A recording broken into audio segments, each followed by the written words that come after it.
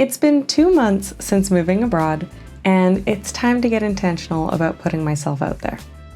I've been having an absolute blast hanging out with my husband, but he's at work 5 days a week, and most of my time is spent indoors talking to myself.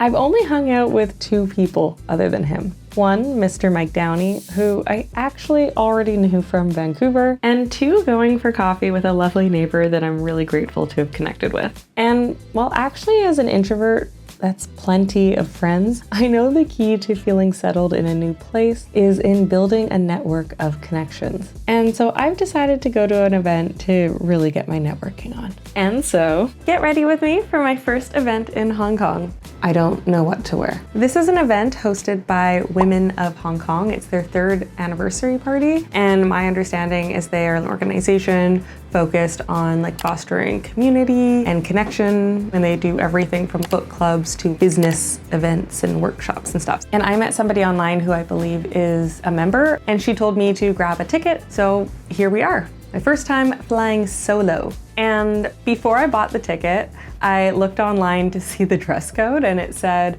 formal and jewel tones, and I was like, I gotta dress for this. I packed the perfect one. And so I'm like, all right, sweet. But then the organization posted this.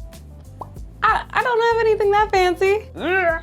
And so with 4 days to go, I panic ordered a dress off ASOS. And so we're just really banking on that arriving, because if it doesn't, I feel like I'll eat my $60 and just not go to the event.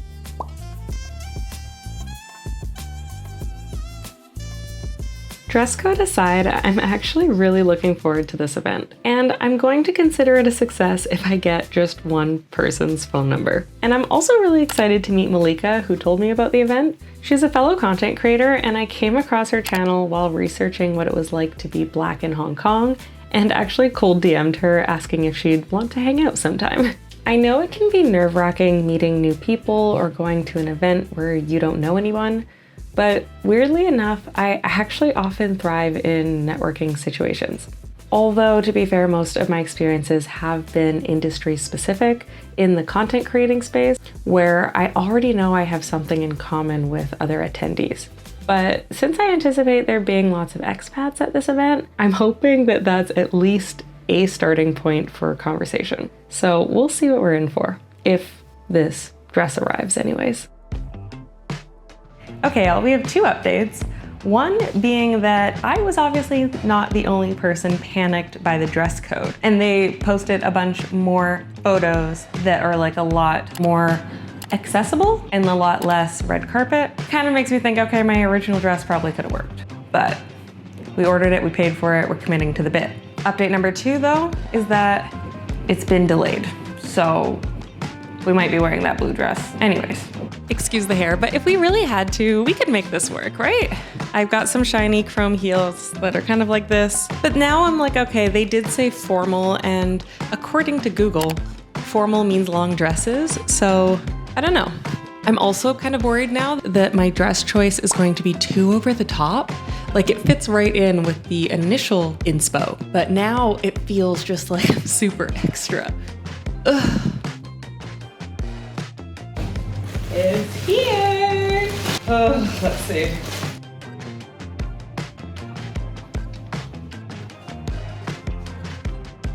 Now we gotta figure out the rest of the look. So I'm gonna paint my nails, but I really didn't bring many colors with me to Hong Kong. Okay, that's dried up. That's not even gonna work. My little gel one that makes my nails look really, really good. Options are feeling really limited right now. Do we lean into more matchy-matchy, into the dark vibe? Maybe we'll do this one. It dries fast. Let's see. It's funny though, because the dress code situation, it's not a situation, it's not that deep, it's not that dramatic, but just in general, one of the things I was worried about in Hong Kong was just that I was going to be too casual of a human to really fit in, because from what I've looked at, the influencer scene, and this event isn't an influencer event by any means, but the influencer scene here just seems to be a little bit more formal, a little bit more luxury, not like my, West Coast Vancouver, Lululemon all day, every day vibe. And so I was really nervous about fitting in that aspect, because I'm not somebody who has like, or is even interested in designer goods or like luxury goods. I don't know any fashion brand names or anything. I don't have a lot of fancy stuff. I did bring a lot of dresses simply because I felt like I might need them to go to events here. And that's funny, like the dresses I brought still didn't make the cut. I also kind of wish that I had brought some of my African outfits. I didn't pack any because I thought like, this is Hong Kong, you're gonna have absolutely nowhere to wear this. But Hong Kong is so diverse, and again, there's like all these events and people that are really eager to share their own cultures and stuff. So I probably could have got a lot more use out of them than I thought. Even in the updated inspo, they actually had some stuff that looked like it was maybe African print or a little bit more cultural. So that could have been an option. Probably should have done my hair before this though. I also should have done this before I changed the laundry.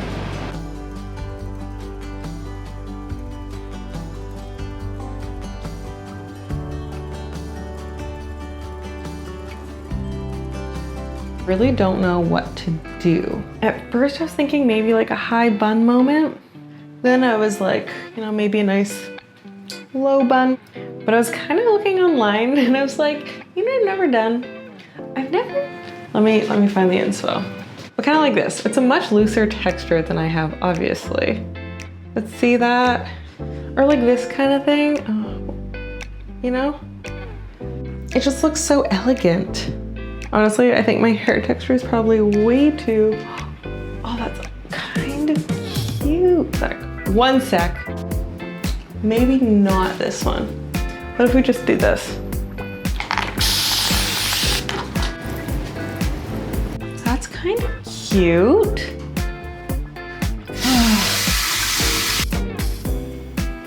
Well, I hate it. Why do you always want to try something new when you have a timeline and a place to be? Back to Pinterest. Like that, what if I do that? Okay, that feels a bit more promising. See, I don't really like, why does that look bad on me? Puffy hair, I would shrink that, I would spray that.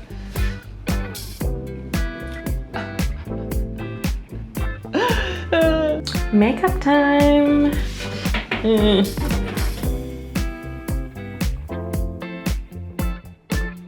Yeah, that's it. What? Look at that match. Incredible. It's funny because this color was too dark for me back home. That really just goes to say how much sun I've been soaking up since coming here.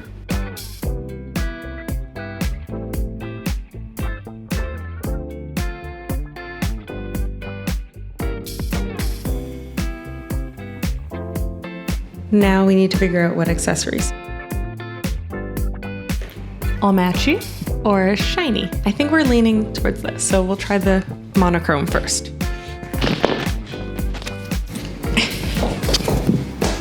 Ta-da!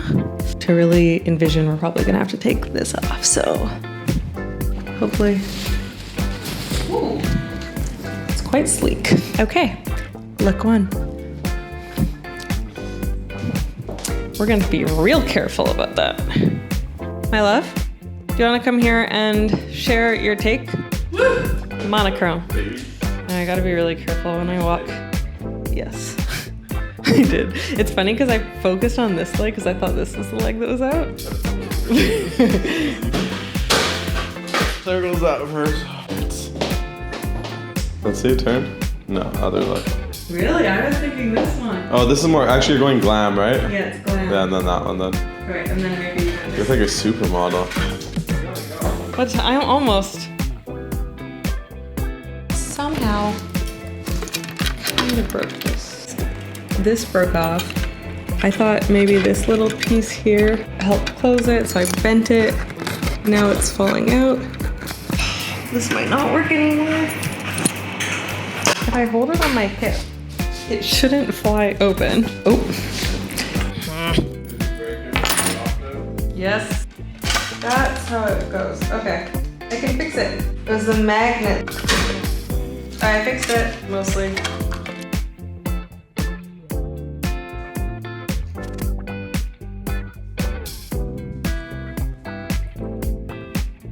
You look nice.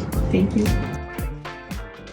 I met up with Malika before going in, so I didn't have to enter completely solo, and the energy inside was buzzing. We got to hear from Sarah V, the founder of Women of Hong Kong. There were fun performances and activations from local businesses around the venue.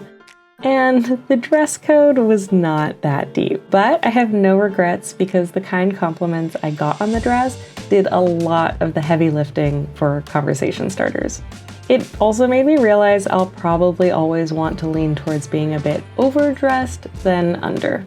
There was such a mix of people in attendance, from people who were born and raised here in Hong Kong to those who were just as fresh as I am. But amongst the expats, there was an interesting theme that kept coming up.